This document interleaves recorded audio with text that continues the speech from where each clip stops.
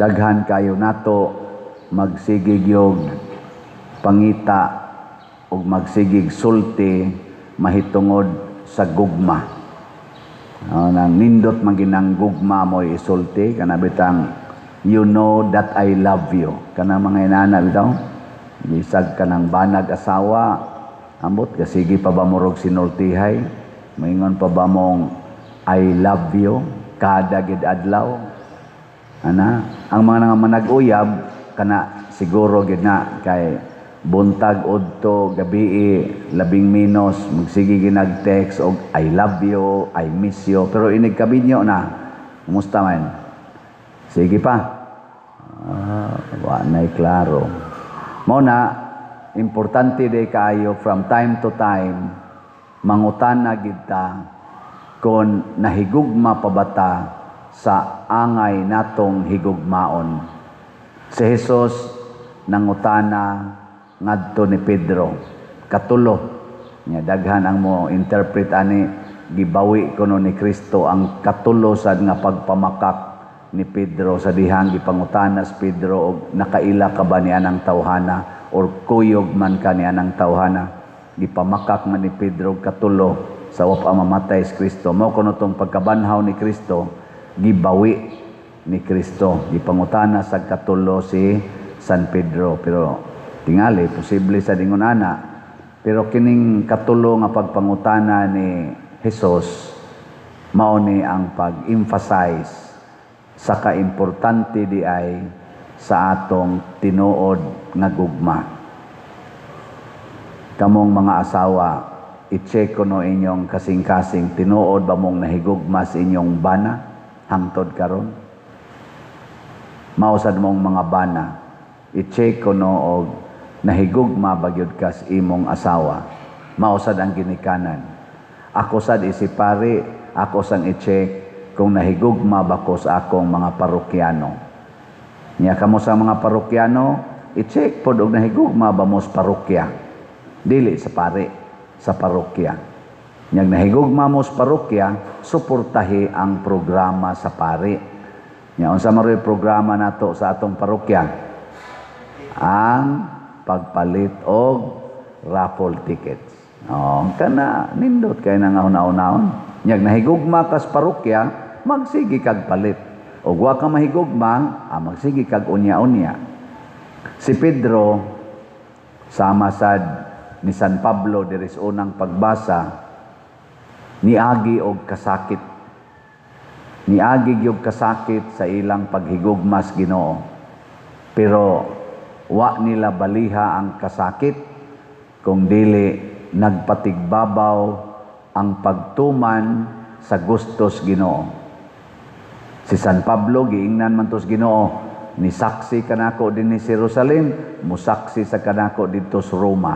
Og tuod man gipriso siya nya ninghangyo siya nga ang kuan lang ang emperador lang mao imong hukom nako. Gipriso siya padayon hangtod ipada siya ngadto sa lugar sa emperador sa Roma. Si Pedro sad tungod kay nagtuman man gid siya sugos Ginoo patay gyud matud pa ni Jesus dadon ka sa lugar nga dili nimo gustong adtuan.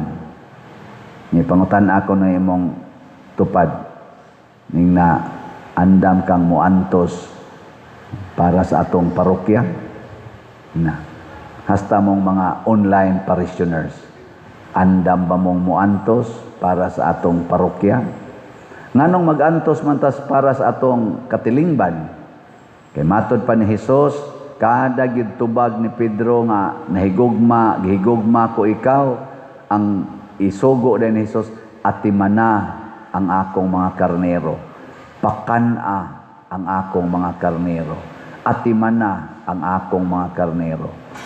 Kaning mga karnero sa Dios mao ni ang katawhan niya. Tanan yung tao atimana. So ang tinuod di ay nga makaatiman sa katawhan sa Dios mao sad tong nahigugma sa Dios. Pareha gud anang naaroy tao diha nga naglagot ka. Ang iya sang mga sakop kanang mga sakop niya maglagot sa ka. Ana, maglagot ka sa usa ka amahan. Ang iya sa mga anak, maapil pud og lagot nimo. Anay panahon usahay nga naipipila nga imong higugmaon, pero generally speaking, maglagot sa ka. Nanglitan ron, maglagot kag mga Russians o naglagot ka sa presidente sa Russia. Kita kag Russian, maglagot ka. Maglagot ka sa presidente sa Amerika. Kita kag Americans, apil sa kalagot nimo. Maglagot ka sa presidente sa Pilipinas.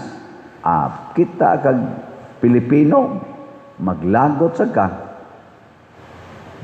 Maglagot ka ron sa grupo ni Duterte.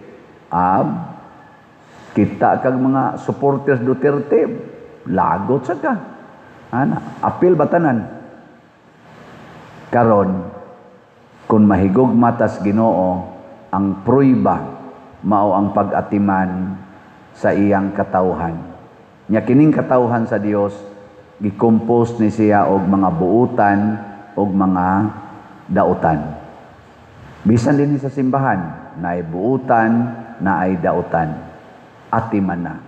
Unsaon man pag-atiman ang buutan, kung gigutom pakanon, kung giuhaw paimnon, og etc. etc.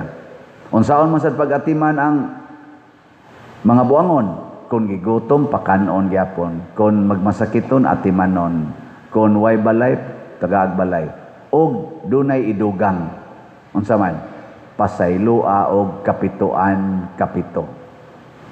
Basta buangon gani ang tao, ihatag nimo ang tanan nga imong gihatag sa buutan, pero pakapinan, pasaylua siya kapituan kapito. Ngilingay mong tupad, ing na di nagyog ko mo reklamos mga buangon. Di nagyod ko mo balibad sa mga buangon. Din agyod ko magdumot sa mga buangon. Matod pa sa atong tubag sa Salmo, ang sa atong tubag, ningon ta, ang Ginoo nagbutang sa iyang trono didto sa langit. Ngano wa man niya gibutang ang iyang trono dinhi sa yuta? Kay ni ay daghang buangon, magguba ra ang iyang trono. Asa man gid ibutang? Sa langit. Mo na kita, mohigugma tas buutan, mohigugma tas buangon, total, ang tinuod natong puloy-anan, ang tinuod natong trono, tuas langit, wa dinhi. Mo na si San Pedro, gisaara na ni Jesus nga mamatay ka, nga sa paagi nga dili nimo gusto, pero ay kabalaka, andam na ang trono nimo didto sa langit. Mo na hangtod karon, si San Pedro mao gitag-iya sa Yahweh sa langit. Siya ang atong unang Santo Papa. Siya ang unang pangulo sa simbahan nga gi-appoint ni Kristo. Pero niagi siya tumang kalisod.